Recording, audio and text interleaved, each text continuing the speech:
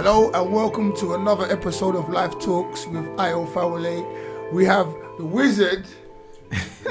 We have no voice behind the camera, but we do have my friend. Now I'm going to let you know, he's an entrepreneur, he's a soldier, he's an innovator, mover and shaker, he's a money maker, he's a people helper, an information giver, a property developer. Don't just stop there. He's a free time author. My friend Nappa. Carl, welcome to the studio, Nappa. Yeah. What's good? Thanks for having me, man. Oh, thanks for coming, man. I love the energy. Yeah, it's a pleasure to have you here right now. And the way we met, I can't remember when we met, but I remember the energy. Go on, that bowling place is Roland or Rowan. Yeah. So I came there with my friends, trying to get in, you know. Paying £1, bro. Come on, man. Yeah. Just let us in. You know what I'm trying to say? It's funny, man. Go on. I'll let you finish. So I was trying to come in, trying to hustle my way in, and I said, "Oh, we paid, but others paid, but some didn't pay." You know what I'm trying to say? Yeah. Then you were like, you know what? The truth will set you free. Yeah. So that's how we connected, man. Come on, yeah. And the energy's been the same. And then we met at the gym. Yeah. It's nice, yo. You seem like. See, the thing is, I'm gonna draw it out of you because I talk a lot. And like for me, you're a very reserved guy, but you say a lot with your actions and your way. Your body language speaks volumes and stuff. So I knew the kind of person you was. Yeah. But I didn't know who you really was until we spoken like over the past year or so. And recently, find out about you being an author and everything else you do with the property development and stuff. Apart from like writing about the stuff you're doing, you're actually doing stuff. You're living a life. You've changed your life. You turned your life around. You're being very successful. But being a man, like, for me, I pride myself in almost being like, not almost, I'm an alpha male, innit? Facts. Yeah, but you know, like, I'm a lions. When we're out there, and it's for all you man them out there, we're all lions. And sometimes when you see someone, they're looking at you, looking at them, they're not trying it with you, and they're lions, you're a lion. It's about negotiating your place in the world, but you don't have to always be an aggressive kind of thing you go at them with. So I see you, and it's like, I could recognize your thing. So I gave you respect, you gave me respect back. And then generally our relationship's grown. We're friends and stuff. Yeah. And I see how much power you have, how much drive you have, how much, like I've said, you're an innovator, entrepreneur, soldier, mover, shaker. These words, I didn't just write them down flippantly. Yeah. These are what I think about you. These are what you exude. Thanks, man. You're welcome. These are what you exude. And this is the kind of stuff I kind of see. Like, I could just see within you. And it's like, I admire it. Yeah, I admire it. So you can please, go ahead and talk about it. No, it's a good thing, you know, especially when, like, the money maker, you know, I like that, you know, because that kind of represents, you know, the hustle going out there. Because I believe in money, you know, I like money, I love money, but people are afraid to have that type of mindset towards money, you know what I'm trying to say? Because what we live for, the majority of the time, we live to make money, so why be afraid? So I want to have that decent relationship with money, so I'm not afraid to say that, you know, I love money, I believe in money, and I want to make money, and I want to give money away on my terms. Yeah. You see, like, the thing for me is money is, like they say, some people say money is the root of all evil. Other people, they will say money is a path to happiness. But for me, it's just a conduit to get what you want in life. Life is a game. We've been shown how the game is played. So if you want to enjoy yourself, it's necessary to have money. This is how I see it. Some people now, they might be lazy. They might not have the inspiration, the mindset to make the money. They might have come from a certain place. They might have the wrong people around them. But because of that, I think that causes fear within them or negativity, or even for them to say, "I look at this guy because he's making money now. He thinks this." But you're no different to anyone else. You're just driven to what you want, and you're going for what you want. Exactly. And like, I understand when you say some people have the fear of making it, or even saying that I like money and I want to make money, because then it might be dubbed a certain kind of person. But irrespective of what anyone thinks, you still got to live your life. And life, you need money, so it all makes sense. Like to me, like, money represents your value that you give into the world. That's how I see it. Because the more value you give, the more you make. You know what I'm trying to say? So if you're not making enough, or you're not making what you want to make, check your values, how valuable you are to the society or the world. But then also what you're saying now, that's nice, because I know a lot of people that might be complaining about lack of money and lack of resources and so on and so forth, but they haven't put the right price tag to or value to what they bring to the world. or they're not demanding it from the people that they're giving it to. Exactly. And then they're bitter because they're not getting what they're supposed to get. Facts. It's a lot. So what you're saying, you just educated me a bit as well. It's just you have to know your value in this world and then not be afraid to say, this is my value, this is what I want. Pay me this or don't, or leave me alone, basically. Exactly. Let me get on with what I'm getting on with. And then when people see more action, you know what, I want what you have, or I want that piece of knowledge, I want that information. Yeah. It's pricey, they'll pay what they want to pay. Yeah. So, tell me, how did you start? How did you start? Let's talk about, because we talk about life here, so first, let's talk about your background, and then we'll talk about your work background after that. So let's talk about your background, sir. So how far you want to go back? Let's go back as far as you like to. This is life talk. So for me, I could talk to you about my when I was small. So Congolese born, Kinshasa, capital city, moved to the UK at the age of 10. The capital city of Congo is? Kinshasa. Kinshasa, like here. Oh, Kinshasa. Oh, wow, Kinshasa. Yeah. Okay, nice. I never knew that. Oh, yeah? Yeah, I never. Yeah, because there's 2 Congos. Okay. Yeah, so we the big one. Okay. So there's the Democratic Republic of Congo. And then there's Republic of Congo. Okay. Yeah. So I'm from the Democratic. Okay. And would you both be called, if people from both places, they called Congolese? Yeah. Okay, wow. Yeah. We just divided by a river. I think it's the Congo River. Okay. But it's just like, South London, North London, that River Thames, but we're the same. Okay. But you got into 2 different governments and 2 different... Yeah. I think it's 2 different governments.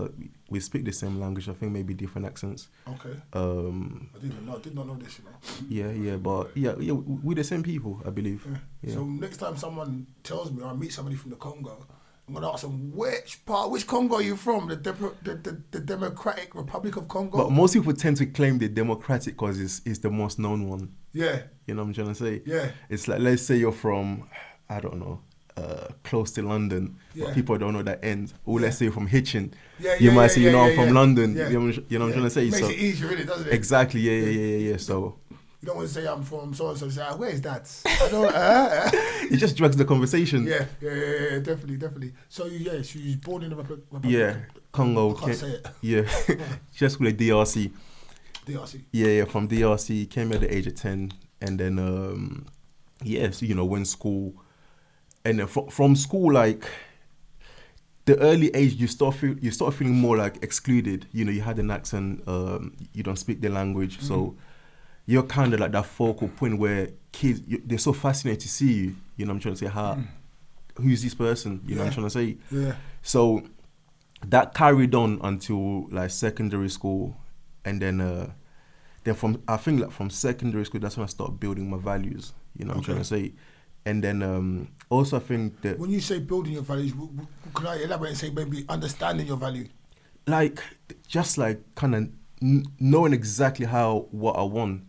Okay. You know what I'm trying to say? Okay, now this my thing is building your own personal values, like what you would tolerate, what you would take, what you wouldn't take. I understand, Even that, you know what I'm trying to say? Because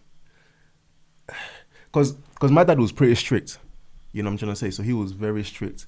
And then that kind of gave me the notion, like, what the type of things that I wanted, what I didn't want. And I think from earlier on, I started identifying what I really wanted or what I thought I wanted. You know what I'm trying to say? For example, like growing up playing football, like everyone wanted to become footballers. You know what I'm trying to say? But for me, the end goal was pretty much the money and the lifestyle. You know what I'm trying to say? Then when I was 18, I'm like, I'm not enjoying it. You know what I'm trying to say? It's like... So did you actually play football?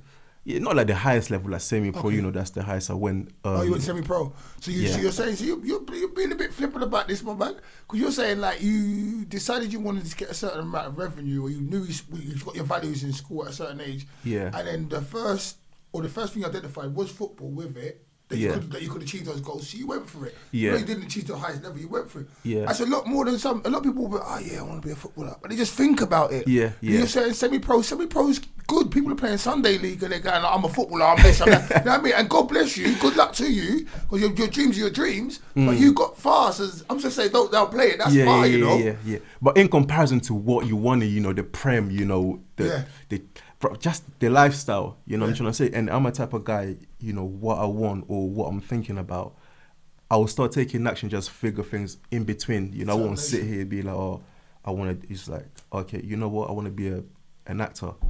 I'll get into it and maybe start taking acting lessons along the way, or start speaking to actors within the industry and just study throughout but I will get the motion rolling rather than just sitting around and start planning. Due diligence, huh? Yeah. Let's get onto it, So, and then from then on, obviously not coming from a wealthy background, you know what I'm trying to say, like, you know, my family didn't have much here or even in Congo, so I would be upset going to school not having money.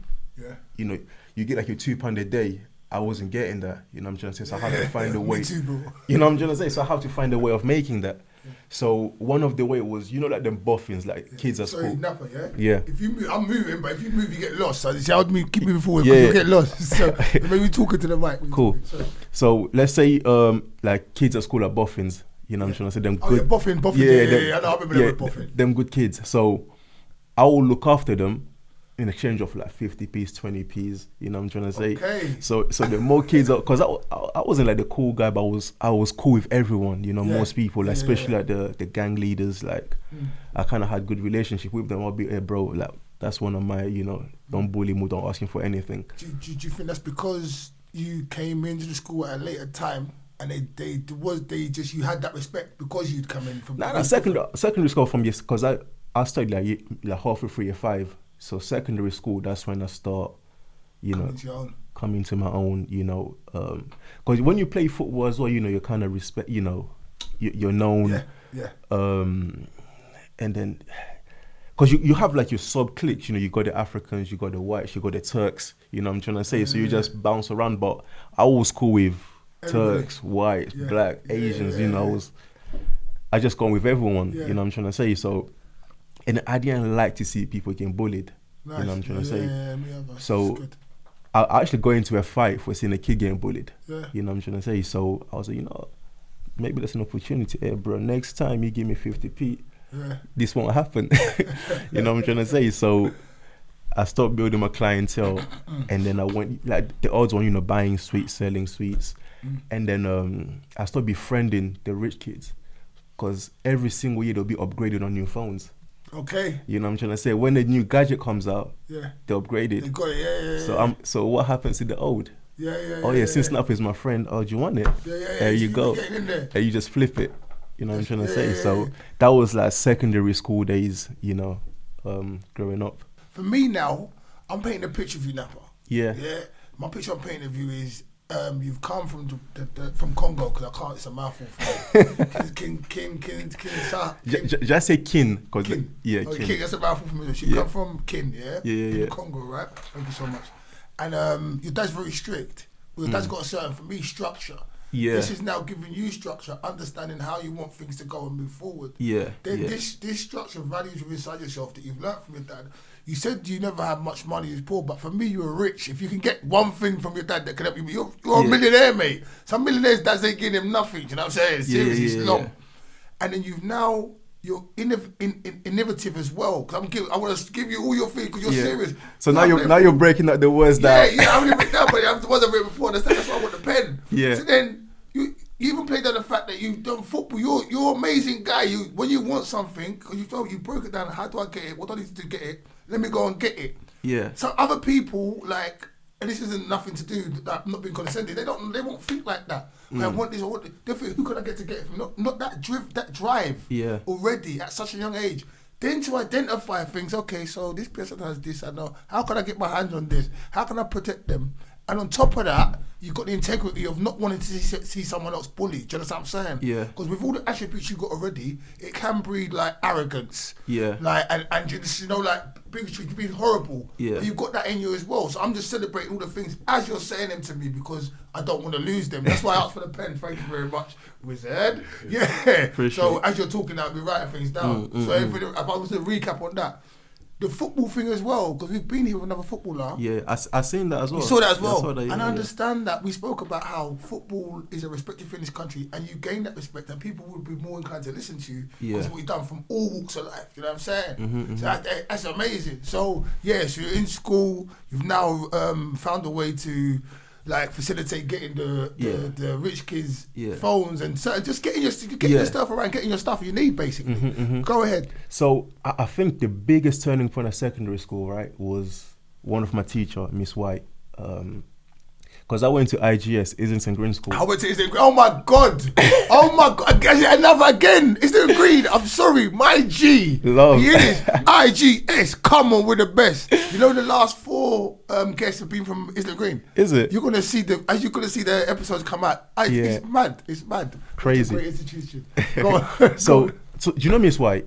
I can't remember Mr. I knew Mr. Hillman. Hillman. Hillman was there when you were there, yeah? Yeah, he was my there. head of year. He was a good fucking teacher, man. Yeah, Like Welsh guy. I used to play rugby when I was there. Yeah, he was a cool guy. He was a nice guy, straight down the line. Mr. Robley. I can't remember many names, so I'm pretty old now. I remember the school. I remember going to school. I just remember loving school. But there's probably there's good things and bad things. Yeah. But it's mainly white in terms of like, the demographic. Oh yeah, no, it was racist when I was there. Yeah. The guy that's coming on later, he actually lived in Pakenham. Oh yeah. So remember I said that he was in a white area, so it was there. That's where he lived in Pakenham. Okay. Go ahead. I might even know if I see him. You probably would. Yeah. He's a trainer as well. So Mrs. White. Miss White. So obviously from year 7 to year 9, I was out there. You know what I'm trying to say? Because you don't understand much when you go to lessons. It's like it's going in and out. You know what I'm trying to say? You're a teenager. You've got a lot going on. There's adolescence. There's aspirations. Yeah. There's finding your place in the world. And then they still got to remember stuff. Exactly. So I was in, but because I like geography, okay. So I was behaving in geography. Okay. You know what I'm trying to say?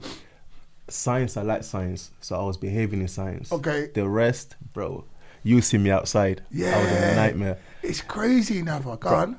But I would take like stereo, like radio, maths lesson, just play. Because Yeah, I was in yeah. lower set, so it didn't matter. Yeah, Whatever you do, you C is what you're getting. You're not getting a B, whatever on your GCSEs or your. So we had sports day, right? So we was at the back of the coach in Finsbury Park here at the track, and then when we came back, Miss Y was like, I think this was like year 9, heading to year 10. She was like, bro, I'll be honest with you. Number 1, you're black. Number 2, you have an accent. It will be so hard for you to find a job, and if you come out of this school with poor grades on your GCSEs, forget it. Bro, to me that just snapped something in you. Everything. You know what I'm trying to say? So year 10, year 11, I upgraded, I went into higher set in maths. Bro, I'm seeing circles with triangles in between. I was like, bro, what's this? I never seen it. Bro, I was a semi-back. I never seen this before. I think but I think it's too late for me to learn this when GCSE is like a couple months. Yeah, the fear factor, yeah. But I just done my I just calculated the risk. Yeah. I never seen this type of shit before. Yeah. You know what I'm trying to say? And you're telling me my exam's like in 3 months and I gotta learn this. Yeah. Send me where I know, I'm happy to get a C. You know what I'm trying to say? So I went back to lower set on maths. Yeah. But science, English, then I started elevating. Killed them. Yeah. So I went into college. Yeah. I killed college. Good. Like from the 19 units, because I did sports science. From the 19 units, I got 18 distinction and 1 merit. Okay. So that's like 18 A's and 1 B. Considering from getting like the D's, what I'm trying to say. So that was like a major elevation. Yeah, that's good. That's good stuff. You're lucky, very lucky, because, and I say this because not only because of the past stuff that I've recapped on, but for 2 things. For the teacher to take that time out and talk to you and want to give you that information, whatever you ignited in there for just wanting to tell you that stuff, and also for you to have a mind or the body or the spirit of whatever it was to receive it and implement it. Very lucky, man, because there's a lot of people out there, and I say this now as well because that's why we're doing this live talks thing, because life is the same for everyone, but it's different. No two man's fingers are the same length. There's people who are in school now who are going through the same thing that you was going through. I went through that as well. When you don't know stuff, you kind of want to shy away from it, and you'll muck about and play and stuff. And if teachers don't reach out and help you, you'll just fall through the cracks. Like, please, look at Nappa. We're going to go deeper into this. This guy's very successful. He's very, very, very inspirational. Stick at it. Remember the time you have in life in school right now. Work hard so you don't have to work so hard later. But whatever you do, it's going to reflect in your life. What you reap what you sow. As the saying goes, you reap what you sow. Exactly. Like, you're making me proud. Like, you don't even know my son, but you're making me proud, because I remember going to school and not staying in class or going around and stuff, but then being good at certain things and just not having that encouragement. But to see you here in front of me now, it's nice. And you went IGS as well. Yeah, come on now. Yeah. So, gosh, you got your distinctions and your merits, and then you're moving on. Go on. So even going to college, because I didn't know what I wanted to do. You know what I'm trying to say? So I just picked a subject I was good at. Because I wanted to do physiotherapy, but I didn't have the credentials to take me there. So I either do sports science, then go to physiotherapy. Yeah. So I was like, you know what? Let me just go into sports science. Done it. It was 3 years, but I done 2 years because of my GCSE grades. Okay, yeah. Then I went into uni. So, bro, like when I got to uni, everyone said, "Oh, uni's hard. Uni's this." I found it so easy, because my units was mainly assignments, and then there's a formula on per assignment that you do. And then, for example, like you got your abstract, you got your introduction, you got your methods, then you got your discussion, then you got your conclusion, you know. And then every segment gives you different points. And then, for example, on your discussion, I could say, you know what, the effect on exercise on, I don't know, your blood pressure. Then you discuss what you found, and then you get other examples, you know, other theories or studies to back up your point. You get what was done to contradict your point. That's where the major thing comes in, because now you're having two different battles. And then you give your own conclusion, you know, based on this. So that's what you give. So, bro, I just clocked the formula. It's like, bro, you can just sleep and do this, right? Sleep and do this. I don't know sleep and do this. So then I was like, bro, it's easy. So then I was like, I made more money because I was working at W. Smith then. I went to Bedfordshire Uni, working at W. Smith for the weekend. So I come back in London Friday night, work Saturday, Sunday night, go back to uni. So I was making more money selling courseworks than I was selling completed coursework. So what I did, bro, I was like, you know what? Who are my clientele? You got people that, you know, You're doing that thing again, you know that, right? Bro, the breakdown thing, you know that, right? That's what I was thinking, right? So he came back, right? I was like, you know what? You got the party goers. You know, they just want to rave, especially on Wednesday or Tuesday, whatever their student nights was. They're gone. They're not coming next day. And most of the time was due on Wednesday or Thursday. You know what I'm trying to say?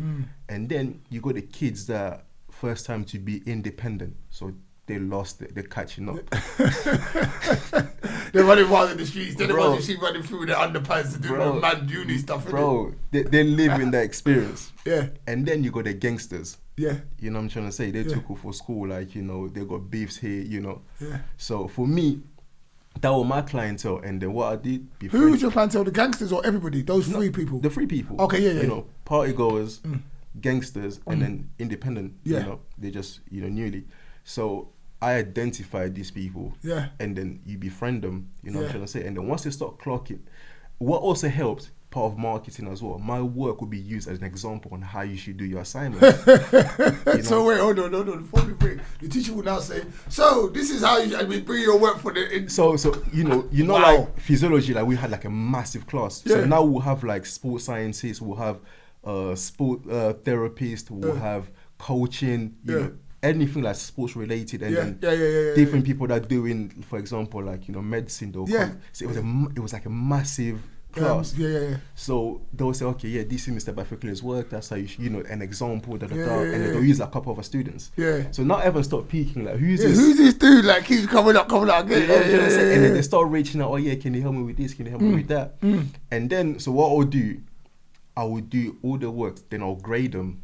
You know, this is an A work. If you want an A work, £600. If you want a B work, maybe like $450. If you want C, is that. If you just want to pass, get a D, give me that. And if you want me to consult you, it's, you know, half an hour for, you know, 30 minutes. So it's actually, wow. So and the categories of this thing. So they'll just come, because it's point system, innit? You might just need maybe like this many points to pass a unit. So you might just get a D. Or for example, you had A, you just might need a D to pass. So there's no point of you killing it. So they'll just come, Nappa, I need this, Nappa, I need that, Nappa, I need this, I need that. So I'll just call. You just change the name, send, and I'll do them so different so it doesn't, you pass plagiarism. You know what I'm trying to say? Even my guy here, he came at uni, he was like... Did he help you pass? No. So he came to see me, he was like, Nappa, I'm starving. I was like, you know what, I ain't got nothing on me, let's go to the library. The moment we went to the library, Nappa. Did they do quickly? Yeah, we just get quick £30. we dashed out. Wow, that's good. That's a good what's it called? A good power to have. But I'm seeing a pattern. Yeah. I'm seeing a pattern in the way you do business, the way you're thinking, the way you've grown up, and what you want, your aspirations and stuff. See the real pattern. So from there, upon leaving uni, upon achieving your grades, and then getting to where you want to get to, what was the next step after that? So yeah, done that uni, and then graduated, and then my dad was like, "Oh, next level is masters and PhD." I was like, "Hey." And happening. You didn't want to do that? Nah, because even doing, I didn't know what I was doing. You know, I was just. You're still young. Yeah, I was just floating through the system. But obviously, I played sports. You know, I liked gyms. I was just doing what I was enjoying. You know what I'm trying to say. And then even the career within sports science, then it wasn't really much. It wasn't popping like it's popping now. Yeah, it wasn't really buzzing. Yeah. So, then when he said, "Okay, do your masters," then I'm like, "What can I do?" You know what I'm trying to say. So. I said, okay, I'll make you a deal. I'll do masters, but I won't do PhD. Okay. Once I do my masters, that is it. Please let me be. Live your life. Find yourself in the world. Yeah, let me do me. Cool. So I chose a year course for master. I think I did physical activity, nutrition, and health promotion, right? And then I went into it, same formula. So easy. Then I was the youngest in the class. In every single class I went to, I was the youngest, because you had everyone on the 50s. They want to progress in their career, so they'll come back on the to get masters. And then they're struggling. I'm just like, how? You know, you're struggling. Yeah, to do the work, because everything is assignment based. So if it's exam, I get it. But it's like you realize it's structure and integrity, and just like when you've got what to do, it's about doing the work now when you're supposed to do it. Don't leave it to the last minute or letting things come in and bother. Bro, it's just, bro, for me it's like 1 + 1 is 2. Once you got that formula, whatever you give, it'll be right. But what I'm saying to you is like, okay, for me, I'm the same thing. Yeah. But I'm not as good as you. I won't proclaim I know my strengths and weaknesses. 1 + 1 is 2. The next person will know 1 + 1 is 2. But I want to eat chocolate. Yeah, that's the problem with people. Yeah. 1 + 1 is 2, but I want to watch EastEnders. 1 + 1 is 2, but I want to go and my boyfriend or my girlfriend and that's it's life. They get distracted by shit. It's and personal distractions. That's what it is. You have fortified yourself and you haven't let certain things distract you, or you time for this, time for that, time for that, time for that. Yeah, that's not an easy thing to do. It's easy for you, Nappa. Trust me, and I'm saying this. It's something proud of as well. That's why you achieved what you achieved and got so far. And it's like, actions speak louder than words, but it's not easy for everyone. Trust me, trust me. And you could see it in the classes, 50-year-olds and so on and so forth. That weren't completing these things. That you was just looking at and thinking, "Wow." So let's call you the Neo of university because I see the formula and you understand what I'm saying when I go with it. Once you get the formula and get the pattern, that's how I see life. That's how life is. There's formulas on everything. You know what I'm trying to say? If I want to become an actor, because that's what you do, right? I'm an actor, yeah. I try to be an actor. I say, bro, like, what are the formulas? What are the patterns? Yeah. So once you just give me, just replicate that and put my own style into it. You know what I'm trying to say? So, and then pour some consistency on that. You know what's crazy? Even, bruv, I hated 9 to 5 so much. I tried everything. Modeling, acting, rapping. Bro, is there any examples of you rapping out there? Bro, I got 3 tracks unreleased. My man. Uni days. My man. Yeah. I went, the guy was like, "Oh yeah, this is how you write your rhymes." I was like, "Cool, simple." Yeah. Just think rhyming words and put my storyline in between just to get those rhymes. You know what I'm trying to say? Yeah. It's just the formulas. Yeah. Did you ever put any of that out? Yeah. I wanted to do it last year, but I think I'll do it this year. Yeah. I'd be interested in being part of the videos or something like that, man. Serious. Or just sit in the back of the video or something, man. It'd be interesting, man. Definitely. I want to join. Power to you, man. So, went in, did the masters, and I didn't even know what I got from masters. Because once, they always say, you passed, then I just gave it to my parents. I never opened what was inside. But all I knew, I passed. And then from then on, then I went into my world. Went into your world? Yeah. Okay. So from then on, finished that. What age was you? I think 22. Yeah, because when So did you finish your masters at 22? I believe so. Yeah, Well done. because Well done. I went so 16 to 18 college, 18, 19, 20 University. Undergrad, 21 masters. You know what I mean? So that was like the schooling pattern. And then from then on, I started, like, what do I want to do? Because I was working within the fitness industry. I was working at Virgin Active in Angel. Okay, I know it very well. Yeah. I would never pay them fee, but... Yeah, it's mad, innit? Nice. When I was there, bro, you could come every day, anytime you wanted. It's good to have people inside gyms, but So the fees were nuts. So I was working there. So at the same time, because it's kind of high end, so you get different type of people. So then I start, speaking, connecting with people, etc. And then I want something different. You know what I'm trying to say? I want something different. So the old gym I used to work at, the receptionist, she went into recruitment. Then I said, bring me. She was like, yeah, Nappa, you won't like it. I said, you know what, just bring me in. So I went there. I went there. I was like, yeah, cool. Do targets, do this. Then again, this is where the formula came in, right? Because we were booking coordinators, so we would book nurses for particular shift, and then for bank shifts and that. Yeah. So our aim was to book 18 a day. You know what I'm trying to say? So if you book 18 a day, you're good. You're good. You can do what you want to do, and at the same time, you gotta recruit maybe 3 nurses a month or a week. I can't remember. So what I clocked was, if you book, you cancel, you still count as book. You know what I'm trying to say? So you got 8 hours, you just scatter the cancellation of that 18, and then next day, that same 18, you just rebook it. So every single day, Nappa's hitting his target. But whether that target was actually target. Irrespective of how you did it, you hit the target. You filled the criteria of what you needed to do.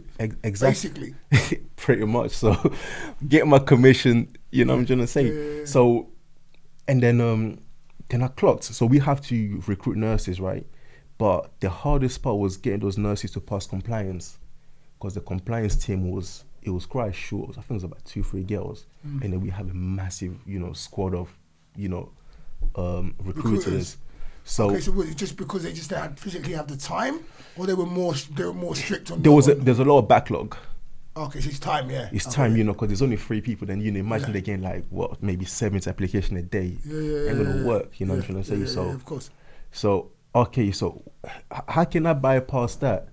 They were young females, pretty much our age range, but there was a very big age difference within the office. You got 50-year-olds, I was like 22, you know what I'm trying to say? Then the recruiters, the compliance team, they were like young. So again, build a relationship, start chatting to them, and then obviously, like, most people want to be fit, and then knowing that I came from the fitness industry, oh yeah, can you do me a gym program? Can you do me this? Okay, I can do you that. In exchange of, if I send you my application, you prioritize it. Yeah. I'm sorry, I'm going to eat a bit of orange right now, but one hand washes the other. Exactly. So then again, that also helped me to achieve my targets, quicker. Then obviously, you're the new guy, you're doing that. And then the managers, they start liking you because, your targets helps their target. So you build a good relationship. Become an asset. Exactly. And then the owner of the company, he had a Bentley, right? And then he would bring it down, park, come upstairs, 10, 15 minutes, duck. Of course. And then within the office, there was multiple businesses that he owned.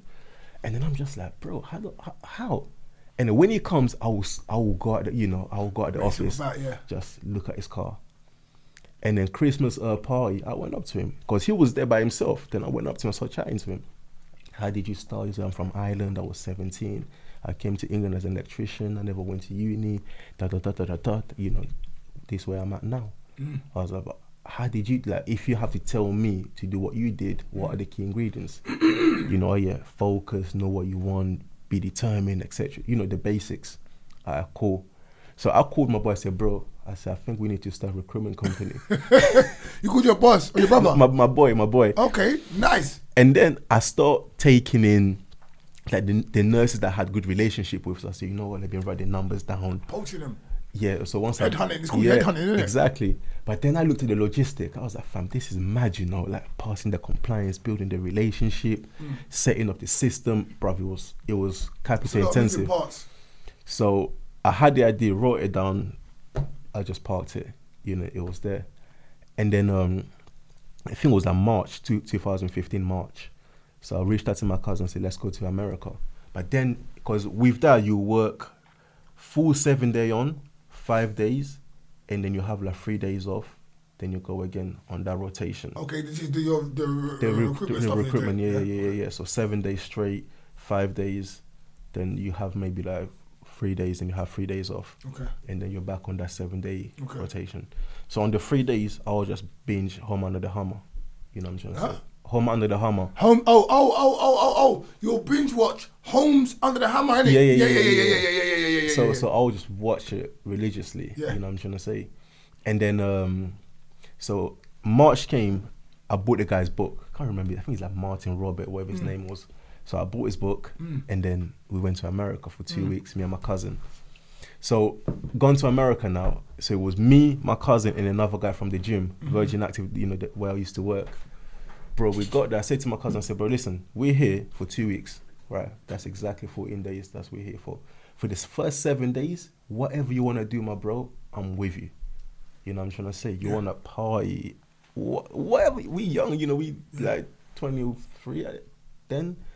Yeah. Let's do whatever. I'm with you. Yeah. But the second half, leave me alone. Yeah. So first half, you know, we went crazy, King of Diamonds, like we went nuts. It's a lap dancing club, right? Strip club, yeah. So, KOD, call it KOD, bro. I make it rain. So anyway, I don't really like it. I'm just being nice. So second half, right, bruv? I read the whole book. Oh, the Homes Under the Hammer. Yeah. Whoever was the guy, his book. Yeah. So I read it. So came back to the UK now, bro. I fell because I've been in America several times before that, but I just love America. I love their lifestyle. I love everything about America: the culture, the music, the food. Like, then going to Miami, that was like a different experience as well. You know what I'm trying to say? I was like, bro, different states are different over there, mate. Bro, I want this every day.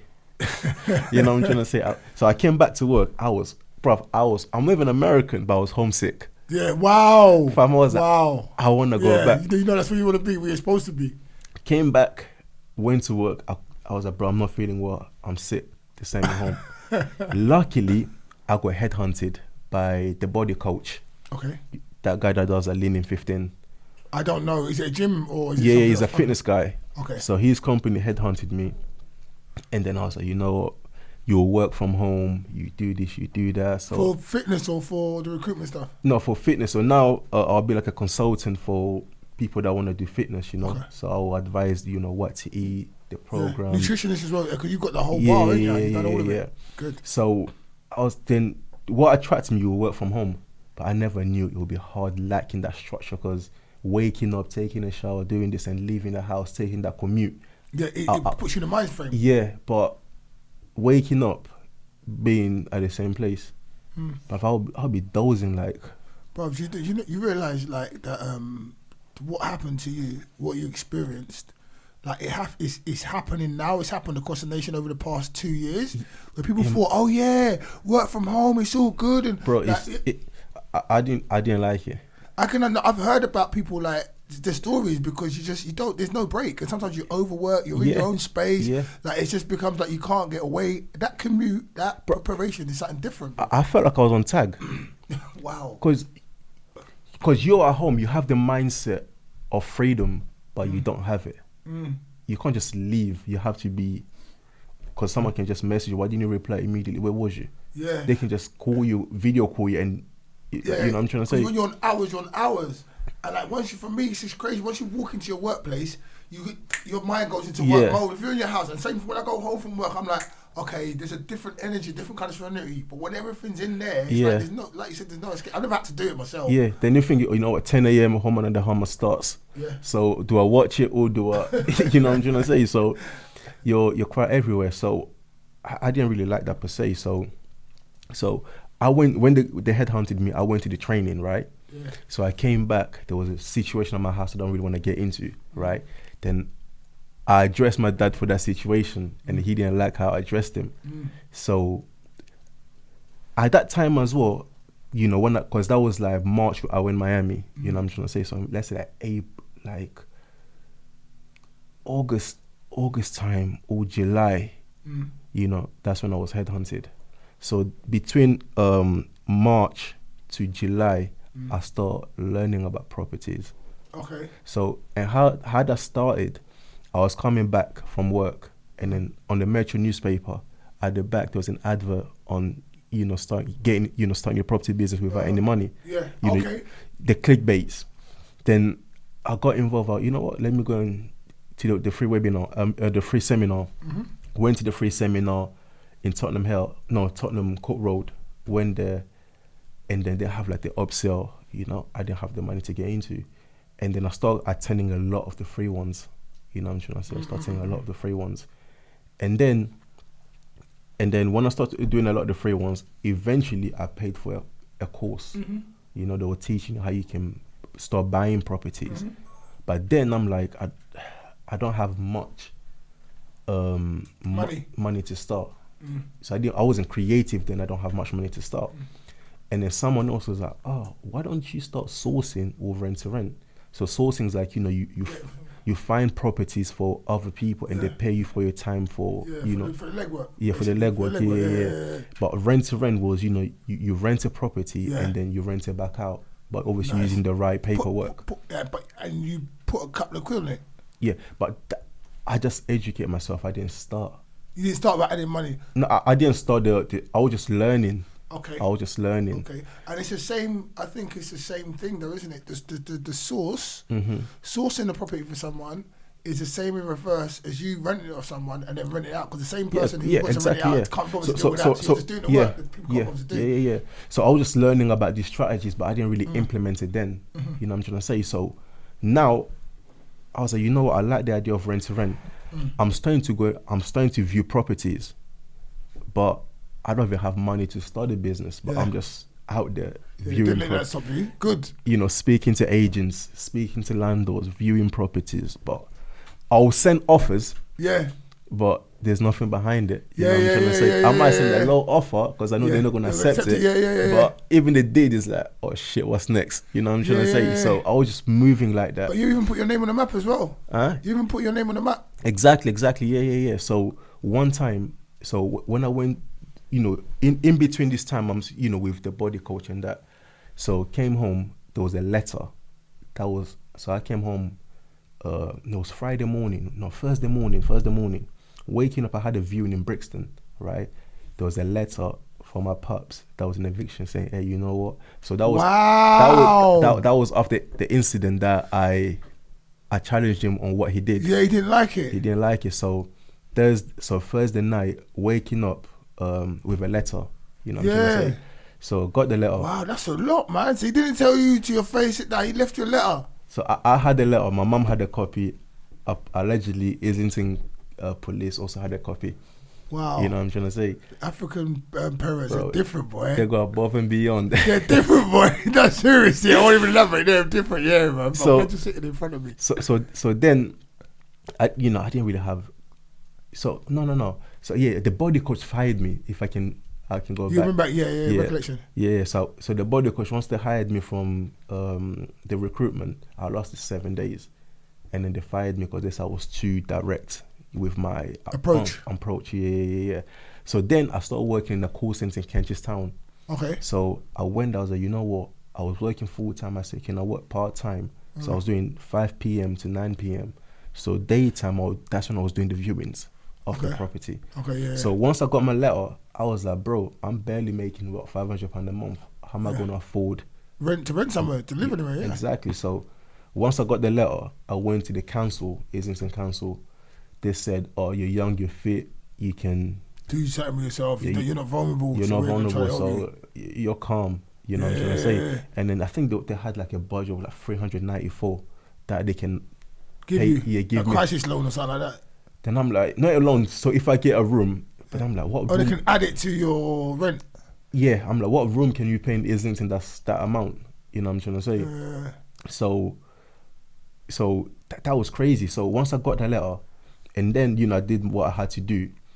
And then my brother was like, oh, Nappa. So my brother called me on Friday. Older or younger? Older. He was like, oh, you won't believe what Dad said. So I was like, okay, what did he say? He said, you will never be successful on your life. The reason why he gave you the letter at night time, so your day will become your night. So whatever you're trying to do, it will not work. Wow. Remove his surname, so you're no longer Bafikele. Wow. He puked you out, remove his DNA. I said, I can remove the surname, but you got to teach me how to do the DNA stuff. You know what I'm trying to say? So African parents are different. When they get vexed, innit? So that was like Friday when I received that message. Yeah. You know what I'm trying to say? So, and then so when I came home, my dad was, because my eviction was to leave on Saturday. So then Friday night he came to me and said, you got till 10 a.m. to leave this house. Morning. Yeah. So I packed up all my shit, you know. I can even show you the pictures. I packed up everything. So I think it was like 6 a.m. My room opened. Boom. Remember, you got till 10 a.m. to leave. So he went to the kitchen, wherever he went, and then my mom came in, stood between my door. Yeah. You know what I'm trying to say? Then so that what she told me afterwards, that was a form of protection because he went to get a knife. So when he came back, he said, if you don't leave by 10 a.m., someone's dying, someone's going to prison. So who else? You know what I'm trying to say? Yeah. Then I was like, you know what? And then my mom called my dad's friend, you know, to calm down and stuff. Yeah. They came to the house, like he made his mind. My mom crying, my dad's friend's wife crying. It's like, I was like, this is too much, you know what I'm trying to say? Packed all my stuff, then, you know, I went to my brother. And then him also, when I got there, I started getting the rules. Oh, you can't bring your girls here, you can't do it. Then I just started circulating around, you know, I was sleeping in my car, you know. And then at times, I might come to your house maybe like 11. Hey, but what are you doing? That was like you know, I'll come in. Oh, but it's too late for you to go. Yeah, and chill. I you know, understand. You know what I'm trying to say? Yeah. And then Virgin Active, because I left then I still had connection of friends that working there, so they would let me in for free. But I will go in just to shower. They was like, bro, you come in every day, but how come you losing weight? You're not training, but bruv, I lost so much weight. Yeah, of course, stress and not having no base and all that. Bruh, a lot. It was a lot, you know what I'm trying to say?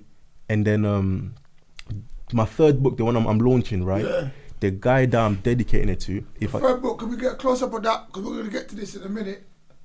And yes, you did hear right. It is the third book, not the first, not the second, the third. We're going to get to that. Let me show you this guy.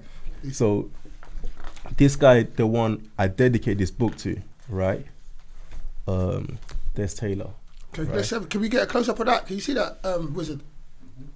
Cool. So Des Taylor. Yeah. Big up Des Taylor. This book's dedicated to him. The third book from Nappa. But I can't say the son's last name. I'm not gonna say the last name. But you know who is my brother Nappa. You get me? From Congo. You got that, yeah? Yeah. Cool. So Des Taylor, right? I was at my friend in Houston. So Des called me. I think his wife lives in Mexico. So he came. He just called me. He was like, bro, I just feel there's something wrong with you. Let's meet. Because when I started my property journey, you know, the studying, like he was amongst to see what I was doing. So he kind of, you know, took a liking to me. So we met in King's Cross, you know, St. Pancras Acosta. Bruv, he was the first ever man I just broke down in tears in front of. Bruv, I just started crying, like, because I held up so much. And then to me, also being African, that coming from my parents, what has been said, that was... It's a lot. Coming from, anyway, as you were saying it, it's a lot for me even to digest as well. But because I'm African and I know I'm Nigerian, I know when African men, women, people, when they get angry, the things that come out their mouth is something different. The levels are different. You know what never helped? It was the friends as well. Oh shit, that can happen, you know. Your friends. Yeah. Because your dad said this will happen to you. Yeah. You're pretty much cursed. Yeah, but you know what it is? Yeah, it's so messed up. This is like the way we brought up and our beliefs. And what we live and finding. Like right now, you're a living, breathing example of put your mind to it, own your energy, own your spirit. You can do whatever you want, and like don't matter what words come out of anyone's mouth, you rebuke them. Yeah. God's got your back. He's got your back, Yeah. irrespective. You know. Yeah. The same. You spoke about something else as well about going somewhere. And the propaganda of when you actually got there, it was something else. I can't remember what it was, but we were sold certain things that ain't true. Yeah. And unless you go and see for yourself, you'll believe what on the other side of this thing is like war-torn country or the worst place in the world, but you'll find it's actually paradise. Facts. Or those words can't really hurt you. They're words, they come from a place of hurt and spite, but they only have as much power as you let them have on you. Exactly. So, so we met up with Des. I just Broke down. loose. Yeah. And then he was like, what do you need? Because then I had my car on finance, the insurance to pay. Like, I'm like, bro, I just need £500 to get by.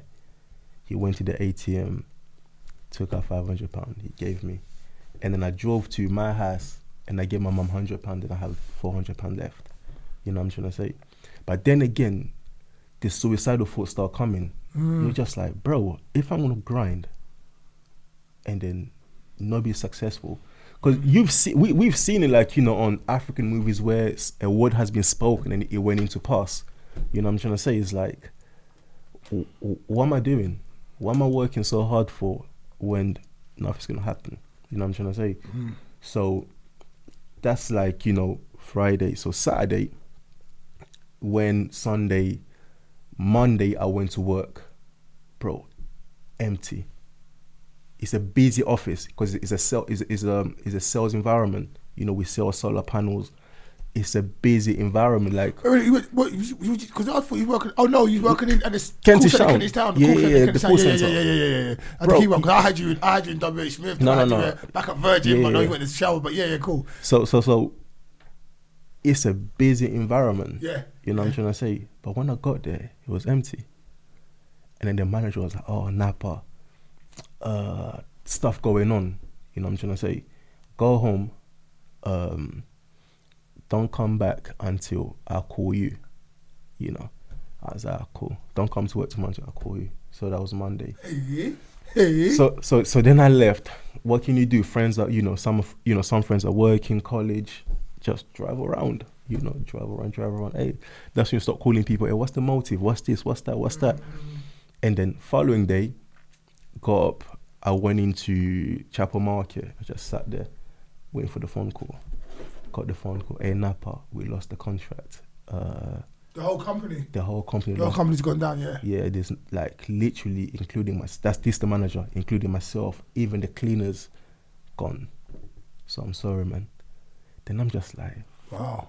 I'm like, shit. So for me, it was like, you know what my dad said is happening. It's happening. Oh wow, yeah. You know what I'm trying to say? Yeah. Because how can my man say stuff like, on Friday, Tuesday, I'm losing my job? You know what I'm trying to say? So I'm just like, God. So wait, because I'm so when you met the gentleman from the book, what's his name is? So that was from like April, because this is like April to so this is now July, because from April to July I was doing my core stuff. I was just learning about the strategies, going to network events, meeting people. Yeah. I was taking action, but I didn't have any fundamental structure. I was just doing what I was learning. Yeah. You know what I'm trying to say? So the cursing. So the cursing, that was more like July time.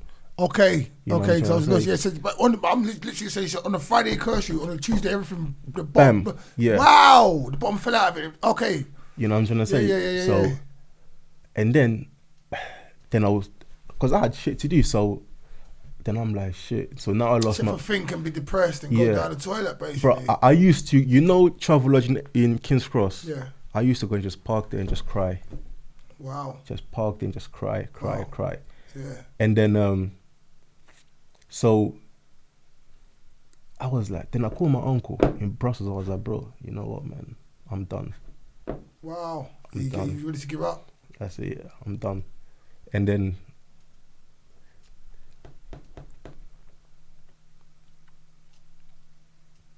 I started researching, like, what's the best week, to clock out. To clock out, yeah. I feel you, man. It's deep, man. Then I was like, bro, what's crazy? Like, you get a list on Google. You know what I'm trying to say? Is it? Yeah. So you see, you know what? We know what's crazy, but I can feel your energy and your emotions now as well. It's serious. Because of the person you are, because of how you do things. Because I'm not going to front on nothing. I'm going to say I've considered it before, because life's a serious fucking game. It's hard. Do you know what I mean? Because the person you are, you've gone and you've Googled it and you've got a list of times and dates. That's deep, bro. So it was like drowning was part of the list. I was like, yeah, I can swim. Yeah. So I drove my ass all the way to Blackfriars Bridge. Wow. Parked there. Yeah. So, because I had a blue Merc coupe. Yeah. C-Class. Yeah. So I parked. It's not really a big road. So I just parked there. And then, there's like a train station on Blackfriars Bridge. Yeah. The rail. Then I'm like, you know what, man? Game over. Yeah. I mean, so that you're taking your last thoughts, know. Yeah, I mean, I'm letting you tell your story. Go on. Yeah, so I'm just chilling there, head back, just crying, thinking, like, confused. And then I start hearing voices, bro. Yeah. I started hearing voices. And I heard a voice say, like, so you just gonna quit? Then I'm like, what, who's this? So you're just gonna quit? So you talk about helping people when life gets challenged and gets difficult, you're gonna quit. You know what I'm trying to say? And then I heard the Les Brown quote. Les Brown, yeah, but I can't remember the quote. And then I heard the name Joseph. Then it was, oh yeah, go on your phone, check Joseph. Bro, I was having a conversation. That's the spirit, bro. But I went on my phone, typed in Joseph. Then I was like, oh, Joseph, the dad, Jesus' father was like, no, there's another Joseph. But this guy was rolled. It was like, no, there's another Joseph. So I was like, oh, cool, let's check it out. So I typed in Joseph on Google, and then there was like a cartoon for like 2 minutes. Yeah. Came up, how he was betrayed, and then, they turn around. The guy then was like, yeah, you're Joseph. Then that was just like, it was just like a different moment. Done a 360 turn, then I went to my pastor, Then I just told the whole story. Hallelujah, and thanks God that you're here today. God bless. I'm happy that you went to your pastor. Well done. I'm happy. I have to say that. And then he drew a cross. He said, you're here, your destiny is here. If your dad is God, what he said will come to pass. If your dad isn't God, go and do your thing. That was just a breakthrough till today. Yeah, and that was 2000. That was 2015. Yeah. Can I just say something now to the people at home? God bless you. Well done. Though any affirmation anyone puts in your life, they're not God. Don't take it. Do you work hard, persevere. Don't believe any words that come out of any other person's mouth that are negative towards you. Just get on with your life, man. Come on, you can do it. You can do it. Yeah, you can do it. Trust me. Anyone's negative, cut them out like cancer. Done now. Yeah, bro. So, yeah, then went back. And then I started, because the church was it was an Angel. We used to rent the cinema. So I was just going to help out, And then, so now I'm not working. I'm not doing anything. I've got a lot of time in my hands. So that was the first time I found financial freedom without having the finance. Because you can do what you want to do. I like that. You can do what you want to do, but there's no money. But sorry, I want to stop you again, Nappa. Sorry. This is for you lot at home as well. Understand that you can have financial freedom. You can have happiness without finance. It depends on your desires and aspirations. And I love this guy sitting across the table from me right now, because a lot of people at home want Balenciagas or stuff that's stupid that ain't going to enhance your life. And because you can't get it, you're getting... Have financial freedom without the finance. Like my man did. Give me some. Go on, sorry now. So, you're dropping bombs at it. So I have to prepare the public for the fallout. So yeah. Then I was like, okay, how can I, immerse in my industry? Because now I say, I want to do rent to rent. I don't want to do sourcing, because sourcing, it will just... It's like commission work. If nothing happens, there's no money. You know what I'm trying to say? So rent to rent, once you got your place tenanted, money's coming in. Yeah, you got regular income. Exactly. So I had £3,000 on my credit card. So I called the guy that taught me rent to rent. I said, I want to join your mentorship. He was like, oh, because he knew what was going on. He was like, nah, Nappa, I can't take you on. I know your situation. I know this, I know that. I said, nah, I'll pay you. Then he said, okay, let me consult my wife. I'll come back to you. Came back and said, you know what? Brazilian wife? Brazilian, the guy from the book? No. So not this guy. This guy was more of a friend. So, okay, so another guy. The guy that taught me the strategy of rent to rent. Yeah. So I paid him. I done like a balance transfer. Paid him the 3,000. So now I'm minus 3,000. Of course, yeah. And then taking it into my car finance, the insurance. Like, taking a big risk. Bro, I was in red, right? And then, bro, I remember this year, I was so hungry. I was starving. I went in to buy a sandwich in Sainsbury's, Angel. My card was declined. When, you know the ATM outside Sainsbury's, Angel, put my card in to check my balance, 87p. I was like, bro, they don't have a pound, fam. Yeah, wow. 87p, bro. Wow. You know what I'm trying to say? So what did you do? So, what can you do? I'm just lurking. So, I was... So you can't be lurking trying to think, not lurking trying to rob no one. I'm just moving around, you know. I'm just driving around like headless. So that also taught me, when you have no goal in life, I'm burning fuel, I'm burning energy, but there's no end destination. You know what I'm trying to say? You need to stop. Like, because I don't have nothing to do. I don't have any structure. I don't have no job, no income, nothing. Because of boredom, I can't be still. I need to be moving. You know what I'm trying to say? So I'm just driving places. You know what? Let me go Enfield or drive to Enfield. But that's the time you need to stop. Exactly. That's the biggest problems men usually have, or humans usually have, is the inability to sit still, or to sit on their hands, and wait for certain things to come to them. That's the biggest problem. You got. I'm just saying, go on. Yeah, but I was just moving. Yeah. So I was like, cool. Let me, rejig. So I went on social media, because I was part of all the property groups. So I went into social media. I typed in, I said, I am time rich, cash poor. Whoever is time poor, cash rich, want to get into rent to rent and looking for property that's making a minimum of £800 per month in Southwest London, message me, let's get married. But my inbox... Wow, you dropping some bars there, man. My inbox went crazy. But then again, I met a lot of time wasters, Of course.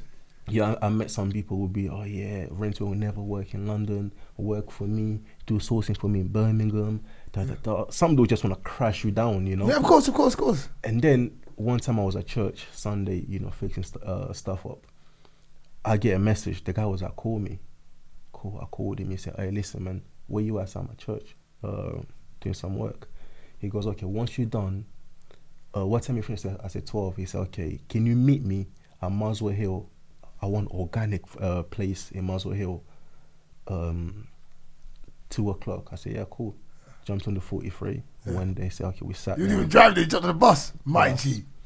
You still had the car though, right? Yeah, it was there. Okay. But I didn't know how to get to Muswell Hill, so you ain't got much data for GPS. My man from Congo. You didn't know the area at the time. I'm from here. I'm from Angel side. So Muswell Hill, no data. He just said, get on the 43, get on this bus stop, just tell the driver the name. Yeah. That's what I did. You know what I mean? Yeah. I got there, he goes, I got 30 G's. I want a game to rent. Bam. Bro, that was a fuel of energy. Right. Yeah. Went in, I got my first deal. It was a 4-bedroom maisonette. He goes, then I said, okay, this deal here, it will bring about £700 profit. And our structure was, we were gonna split 50-50 on the income. So that was like 350 for me, or 300 and 300 or whatever. That was how you paid. Yeah. Then he goes to me, move in.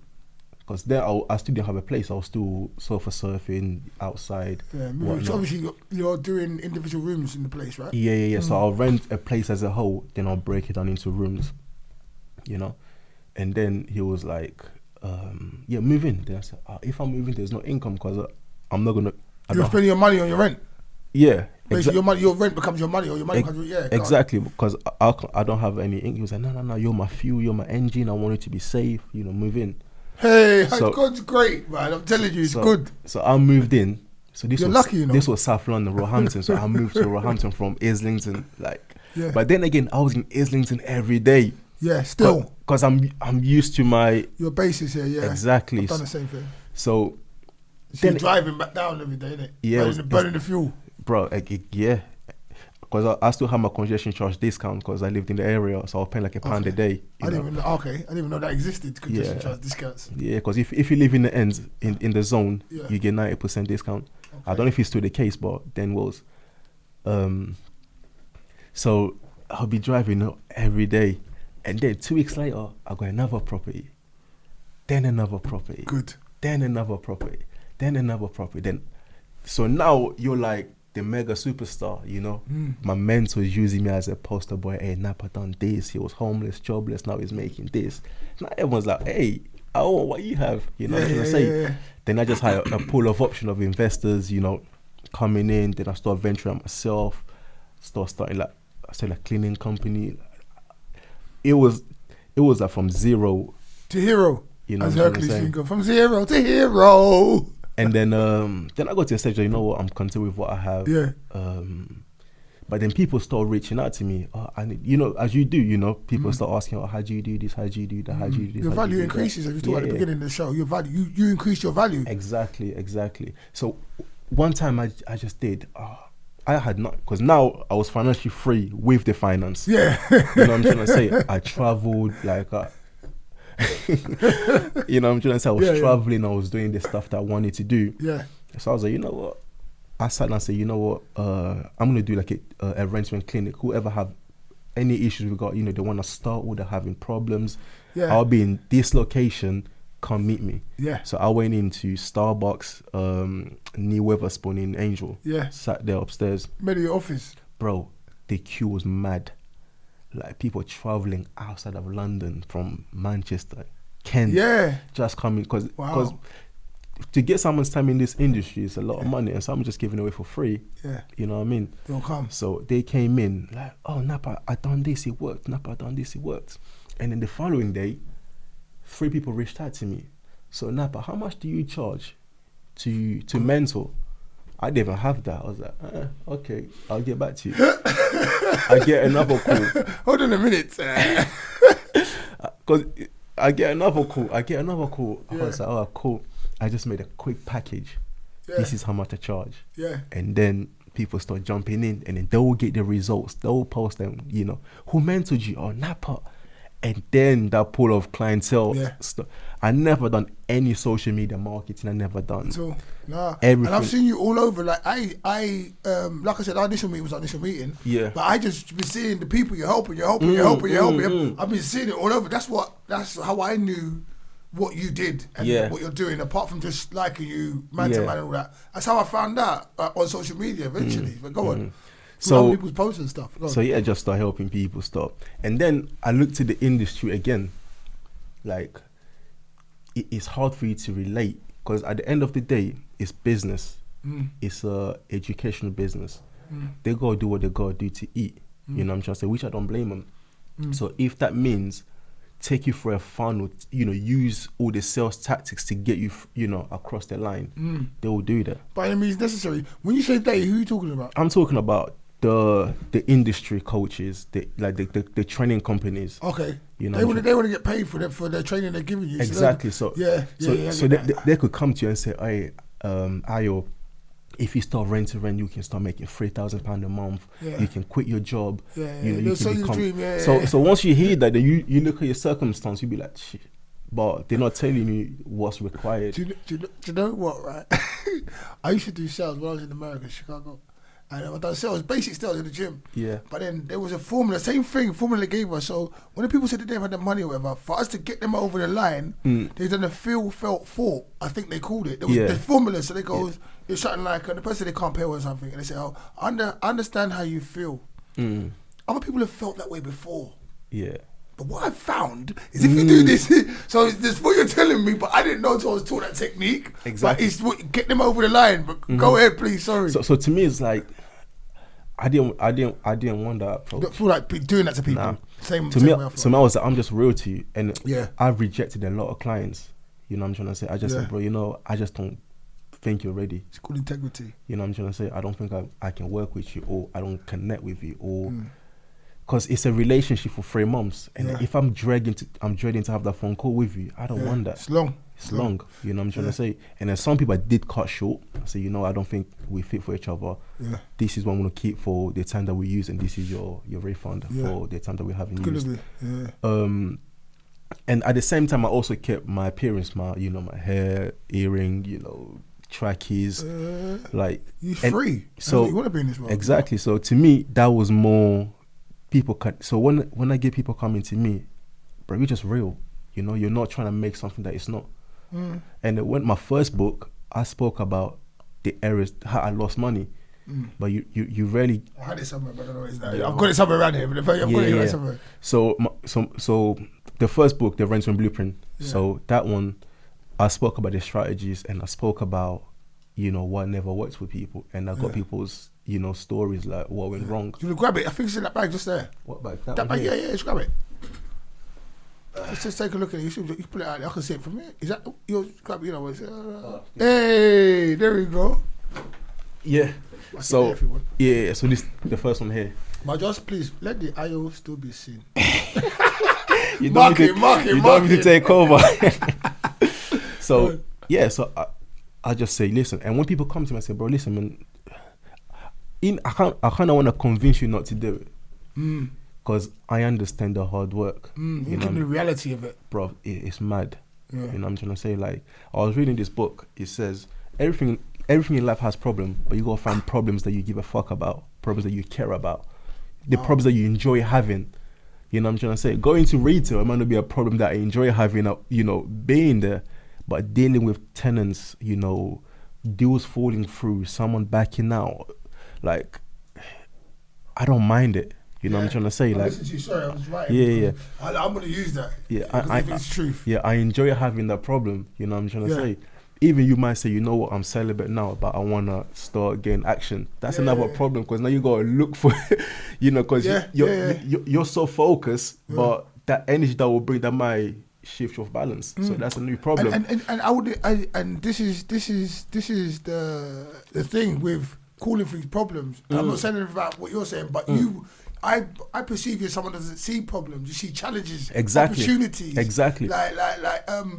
opportunities to show how good and great you are, or obstacles that are blocking you from the money. If we can rephrase, find the challenges that you enjoy having. Find the challenges, of course. All the obstacles that you enjoy having. Yeah, you rephrased it. Challenges. I like that. You know what I'm trying to say? So, if you're coming across, you don't particularly, tenants are, you don't want to deal with no tenants.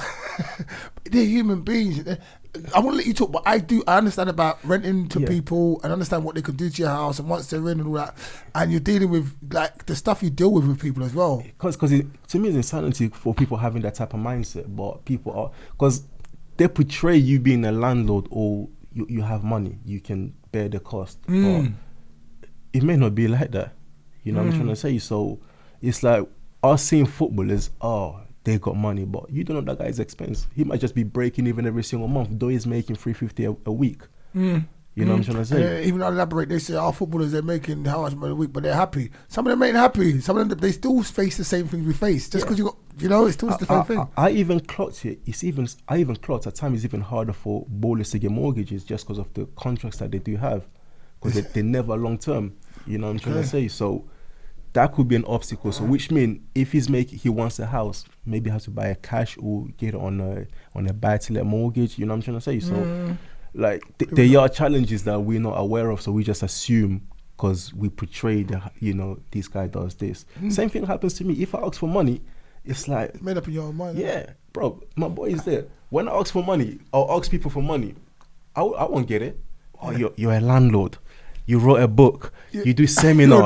You speak. They start saying your accolades, bro. I am human just like you. I do go broke. You know what I'm trying to say? So, because they just have that perception, you know what? This guy he's out there. It's funny that. And it's like, I would tell the people back home, just because someone seems successful on the outside, please allow the people to grow and don't assume us. Help. We're all humans, man. But I never allow that type of perception or pressure get to me, or to keep an image, bro. If I need money, bro, I'm gonna say, "Ayo, man down." Please repeat that. That whole thing you just said, because it's good. like the perception, Don't allow the perceptual pressure to get to you. To get to me, I never allow it. You don't get ashamed if you're down. You say, I am a man down. Bro, I'm just human, just like you. Whatever challenge you face, I face. I think when you allow the image, you know what, you've got money, bro. If I'm broke, that car is gone. Yeah, it's been sold. Yeah, any valuable that I have, that's why now I look to invest in things that, even though, for example, like watches, I like them, but I don't want to lose value on them. If I'm down, I know about watches, some do, some go up, some go down, some stay at the same place. If I'm gonna sell it, I want to recoup or even more of what I put down. It's just money, but in a different matter. Yeah. You know what I'm trying to say? So you have to say that thing was so poignant for me. The perceptional pressure. You're not gonna allow the perceptional pressure to get to me. Yeah, please. At home, the perceptional pressure is serious, because we're talking, and this is why we've got the show Life Talks. We're talking about life. Even though your life is like this, I can take loads of things from your life and implement into other people's lives. Yeah. And right now, across the nation, across the world, perceptional pressure is a problem for people. But then people want to upkeep that image, that style, like, I've got money. It's a problem. Bro, you're just shooting. It's like T.I. say, if you live for the cheese, you die by the booze. You know what I'm trying to say? Say that again. If you live for the cheese, people cheering you who you are. Yeah. You die for the booze. Yeah. So to me, it's like, nah. And then that's why I always aim to stay grounded, human level as possible. Yeah. You know what I'm trying to say? Yeah. So, like, it's definitely, it's important. So we're going on now. So you've established yourself after your whole journey you've gone through. Now sitting where you're sitting, that you've written this book, the inspiration for this book, but we're missing the book that was in the middle, because you've got 3 books. You're all for 3 books. Your journey was from here. We didn't really know much, and no, you told me your journey here was the Rentsman Blueprint. Because once you read books, right, especially educational books or clickbait books, they don't really give you much. They kind of just give you the blasé of stuff, skirt around stuff. Yeah, they just waffle around stuff, and then to lead you to another funnel. I like what this guy's talking about. Let me check his page. Or you go to his page, or they'll put a website. Yeah. You go there, there'll be another. I just want you to read their conclusion of this thing, of their information. Like you said, so they always say, if you want to download this file, click that. Now you're part of the fun of the mailing marketing. And then they will take you, for example, on the free webinar on the small pay course. Now you're financially committed, so there will be another commitment and formula. A big formula. So to me, when I was reading, I wanted to get into certain stuff. You start reading, you're not really getting the value of what you're reading for.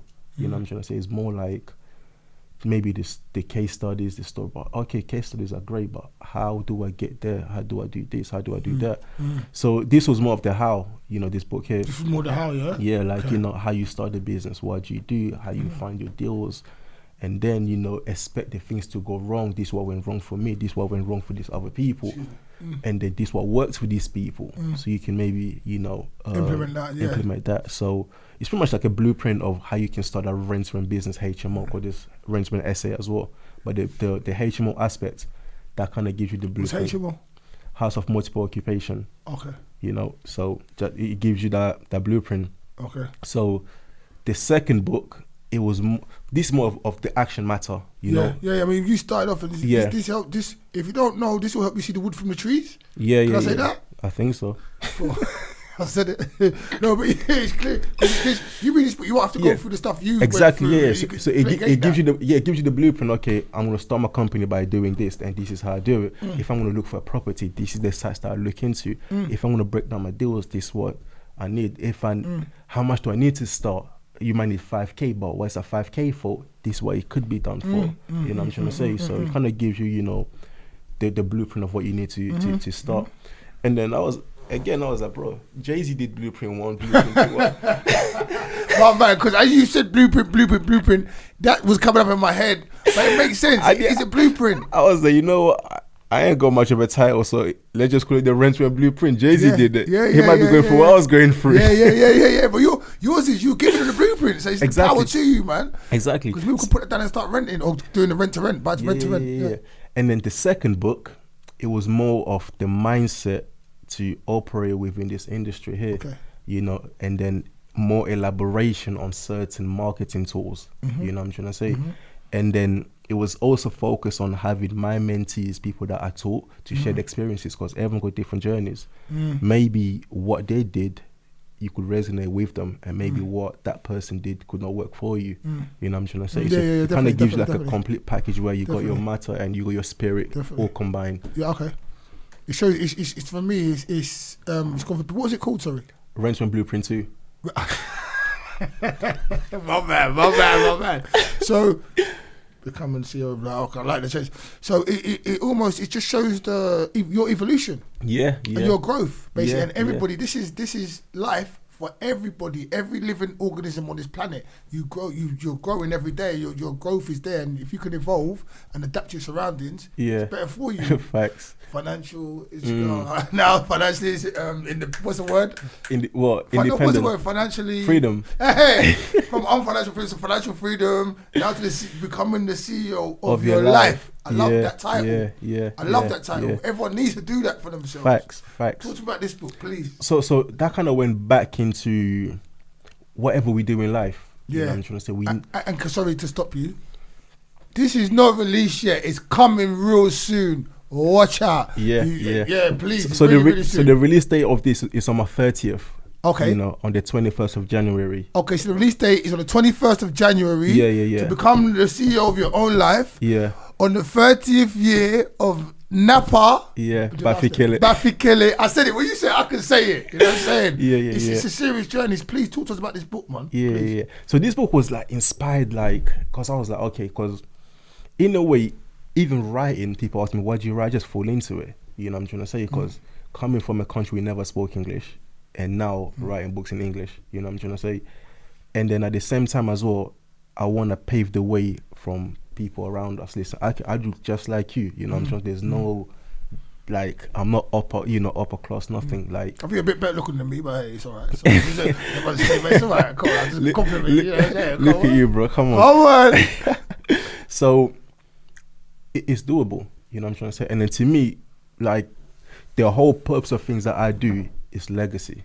You know what I'm trying to say? Like, I want to leave a legacy. And then legacy, I can be gone, but legacy remains. You know what I'm trying to say? Nappa's gone, but I'm still speaking to you through here. Absolutely. Through there. You know what I'm trying to say? Through this. My man. If you never shut it down. But you're immortalized right now. You immortalize yourself here and here on the camera. That's why, sorry, it's better than Gandalf, better than anyone else. The wizard and the voice by the camera, who isn't here today but will be here soon, they've helped me be immortalized. And that is very important for me as a human being to understand what you want out of life. And back in the day, the people go to war and kill people and do this for their legacy. We're living in different times. We can create legacy through our intelligence, through our family, people around us, and just pushing our dreams forward. Which what you've done here, like I'm saying, your legacy it's already bigger than most people's whole life's legacy. Facts. Do you know what I'm saying? And you're still going, fam. You're still going. It's amazing. I'm yet to read the books. I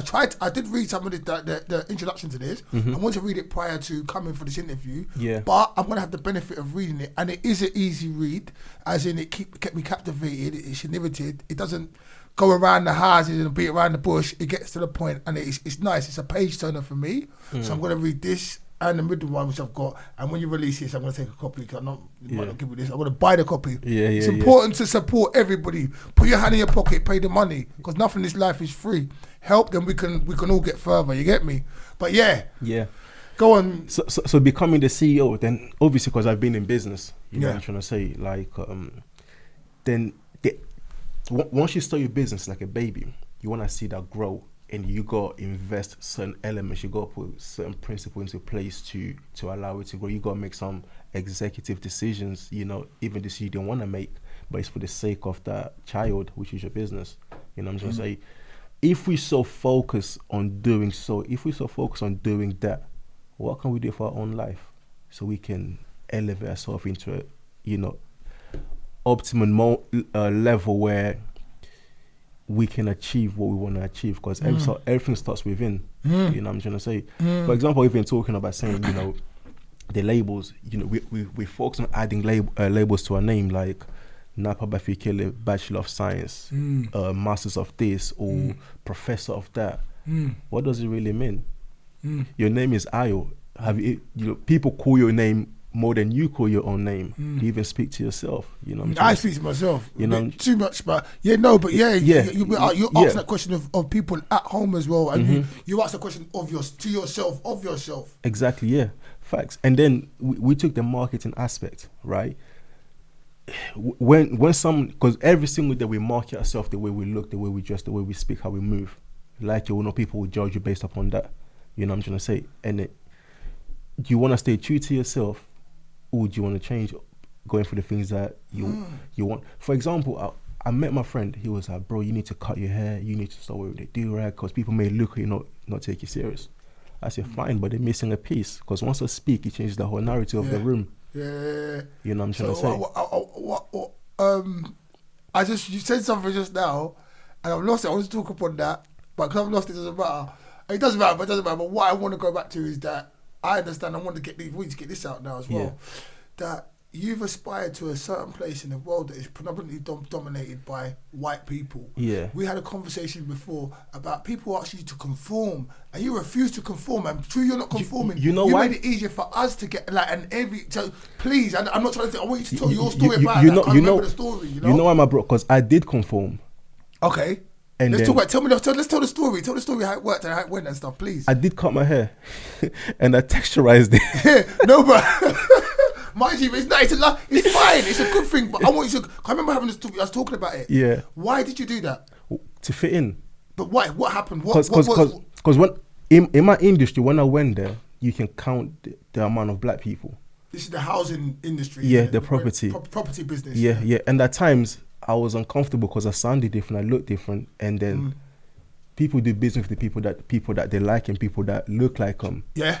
And then knowing how we are judged in the street, you know, having that street appearance in life, the crime race, you know, in life, just you're a black man. Yeah, so it goes with its own label. That black man. So I'm already labeled, just to minimize that little, you know, label, even labeltism, if that's a word.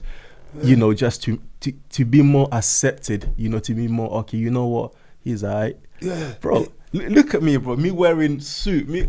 I never own a piece of suit right now. You know what I'm trying to say? Me putting in a shirt. Yeah. Like, even when I speak, I have to think of words to use, because I don't want to use certain words, like, you know what I'm saying, or this, or that. Yeah. Can I put a pin in something for you right now? Yeah. Sorry, because I'll forget. I don't interrupt you. You said about a Napa Flake CEO, and their acronyms don't mean anything, but it's such a fucking mess. Excuse me, that's the first time I swore. I'm gonna try and refrain from swearing. That us being a black man, automatically, the other acronyms, we get them. We can't get them off of us. Not like the crime, the this. I'm not gonna say none of the negative ones, but we all know there's a lot of negative affirmation that come with it. Automatically, they're assumed of us because we're black men, and we have to now change the narrative for the people. That's a mess, isn't it? That's a mess. 100%. But please go on. So you had to change to get the industry. Sorry, go on. So, bro, it was so uncomfortable. Like, it's not even about betrayal or anything like that. They were just like, you're just not you. It was hard to maintain a conversation because I have to think of words. You know, I have to natural, think. It wasn't natural. I was stuttering. Like, then I was like, you know what? Forget this, because I will just be me. You know what I'm trying to say? But then again, it's a catch-22, because you have to play the game. You know what I'm trying to say? Until you go to a certain level. I'm still figuring it out. Yeah. You know what I'm trying to say? Because I met. What are you saying? You're still figuring it out now? As we speak. Because if you want to get to that, like, upper level, you have to play the game. Yeah. You have, or you may not. It's up to you. There's a game to be played. Yeah. What value? What you know? What's your main value? Yeah. And what your goals are? What you want to get to? Exactly. So, yeah. So for to me, when I go to this industry, and then I reverted back. I went to this property event, right? And then there was a lot of black people, because the guy that was doing was black, Nigerian. So I went there. I was on stage. I was speaking, and then I had my hair. I think I had I don't know. I was just looking. Even I got flip flops. You know what I'm trying to say? You went your own what? This one you just went. Yeah. How you wanted to go? Yeah, I'm just comfortable. So I just went there, and then because I was on my hoodies and trackies and the hat, and then people at the audience looked like that. Yeah. And then at the end, bro, you inspired me. I never knew I could be myself and be in this environment. Yeah. The reason why I never attended these events, because people would judge me. People would this, people would that. Yeah. And then what I clocked, I kind of became the bridge between them and the environment. You know what I'm trying to say? So they'll see me looking a certain way. I'm still doing my thing. Like, it will come in. And then one guy was like, bro, you're the only property investor that I know in the whole entire world looks like you. Cool, because you're you. Do you remember the story you told me? Or you told me that happened to you at so many different seminars where you're there, now you know your image, you wear your own image, you're there in the crowd. And please, you could elaborate on it for me, because you're there in the crowd, people are walking past you like, they're not. Yeah. Because I remember this story you told me, so I know it's true. I'll be in the crowd and no one will acknowledge. They'll be seeing you dressed normally, how you would dress, and the same people, normal property people, will be almost looking at their nose at you. This happens in life, a lot. Like they'll just walk past you, they'll go to the, but once you start speaking, that's with the power of the tongue, once you start dropping the germs. The power of the tongue. And then you just form a crowd. Yeah. Oh, then he's like, can I get a picture? Can I get your IG? Oh, you wrote a book. Oh, you're on Amazon. Oh, is it? I just say, Google me, bro. Yeah. You know what I mean? Go ahead and Google me, baby. So, and then the whole narrative changed. Yeah. You know what I'm trying to say? That's why for me, it's not per se, even though your image is important, but it got to translate to the message you're trying to give across, what you're looking to achieve, what's valuable to you. Even when bro, I went to view a property up north, the one I was buying. I had a white tracksuit. Bro, I swear down, this. And then it was kind of a block viewing where there's a lot of people viewing. And then the rest was Caucasian. I was the only black. So I don't know whether this is good or not. Before, when I used to go there, where I invest, because it's a northeast, it's mainly white. To feel comfortable or to neutralize the environment, or bring your white friend. Oh, wow.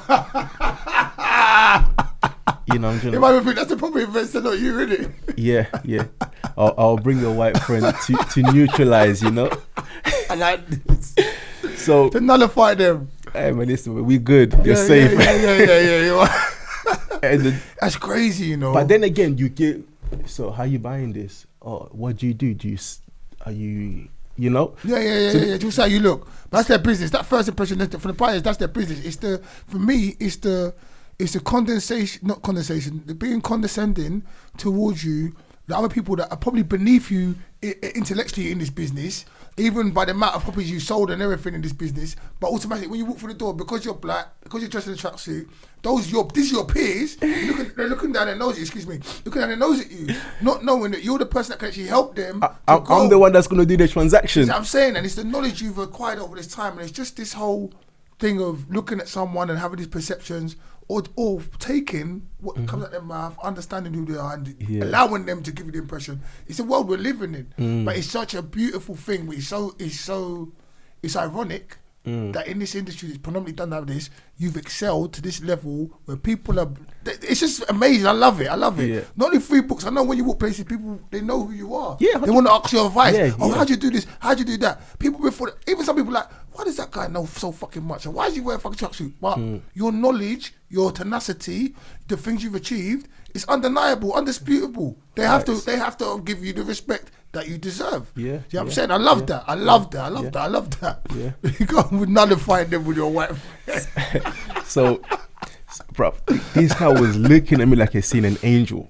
Literally, because I was white. And then what was great, it snowed. Oh, wow. So I was camouflaged. So it's like, and then my white friend clocked us up, but what's that looking at you? So maybe because I look different, you know what I'm trying to say? You're all around. He was like, but come on, Nappa, like all white, and he snowed. I was like, come on, you know what I'm trying to say? So, but you will go see these houses, they will look at you, but once you pull the offer, once you're doing, it'll be a cash purchase. Yeah. And then they just change the mindset. And then they know what time it is now. You're not fucking about with this mortgage and that. You're here to do business. And then straight slap bam. Exactly. Even when do you know what? Sometimes it's just funny. Sometimes I just do on purpose just to see reactions. You know what I'm trying to say? You're direct as well. Yeah, it's just a funny thing. Wow. So the CEO, the 29th of this month. 21st. 21st? Yeah, 21. 21st. Yeah. I apologise. 21st on your 30th? Yeah. I got that right. Yeah.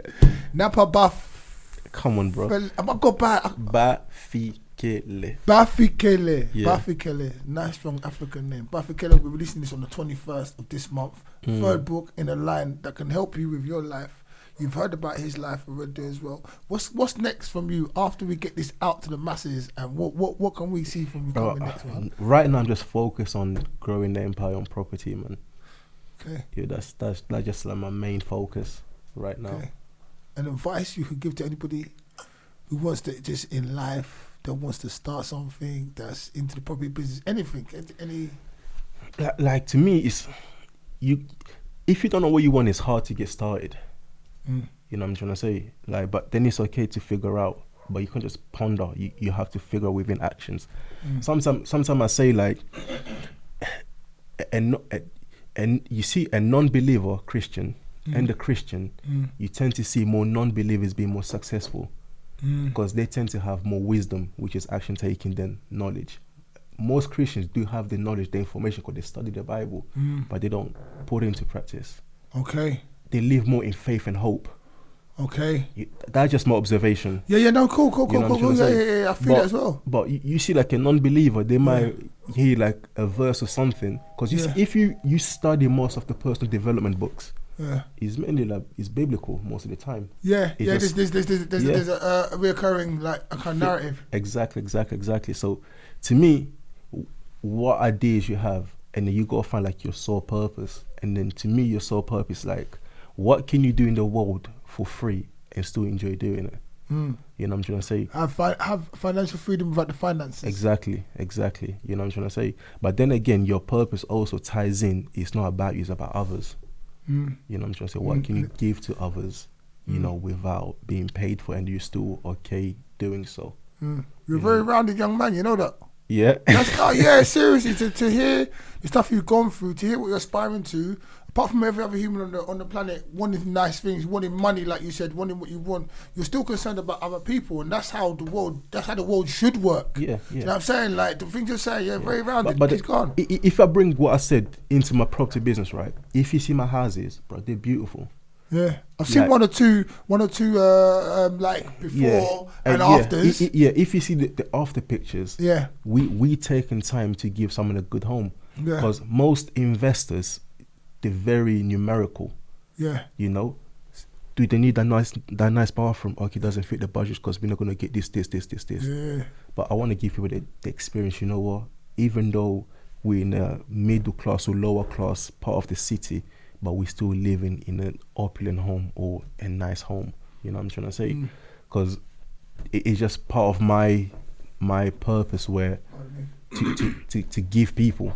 You know what I'm trying to say? Like, knowing your value. Like how you started with this, about knowing your value. Knowing your value, knowing your purpose, but everything your purpose within is about giving. Even if you say, okay, Jesus' purpose was to come and save the world, not to save himself. You know what I'm trying to say? Wow, yeah. So for real. So, and then things that it was reoccurring in your mind. You know, you can disengage, but it comes back. You want to be a pilot, but you put it to the side. 2 years later, it's back again. Or something always ties in to that thought. Yeah. Act upon it. Exercise, you know, just investigate further. Yeah. My man, Napa Bafikele, my G, author of Rent to Rent Blueprint 2, and coming out 21st of this month, Become the CEO of your life, which I think is very important for everyone to look at. Even if you don't want to be in the property business, becoming the CEO of your life is very important. But then you can find financial freedom in these pages. I'm telling you, it's not even, we're laughing, but it's not a joke. You was homeless. You're now, your property list, I'm not sure how big it is. Understand? The way the respect you're getting, it's immense. You're consulting. It's amazing things you've done. So anything can be done if you put your mind to it and you aspire. Become the CEO of your own life. Exactly. And then you say, "Oh, Nappa never gave us game." It's there. What, Nappa never gave us game? Yeah. Who says that? Like people in it, That's like what they say, because you're enjoying yourself, because you're successful and stuff. They say you never gave a game. like, it's just like the narrative. Oh, bro, what help us, bro. It's there, Yeah, help even yourself. Even this podcast is. You can take something out of it from this conversation. There's you know what I'm trying to say. It doesn't have to be direct me. It can be the resources that I've been part of. You can. We need just like one thing, to change. This is one spark. Yeah. Stop waiting to be spoon fed. The food's there. Pick up your spoon and eat. Mm-hmm. That's it. That's what we're saying, isn't it? Pick up your spoon and eat. Yeah, It's there. It's there. Yeah. Napa Bafikele. But you'll get used to it, man. I will get used to it. I will get used to it. And I can't wait to see what's next on the horizon for you as well, man. Thank you so much for coming by, G. I'm going to look at these books as well. Rent to Rent, Blueprint 2, but we're talking about becoming the CEO of your own life. Yeah. Napa Bafikele. It was an amazing interview. My G. Thank you, man. Wizard.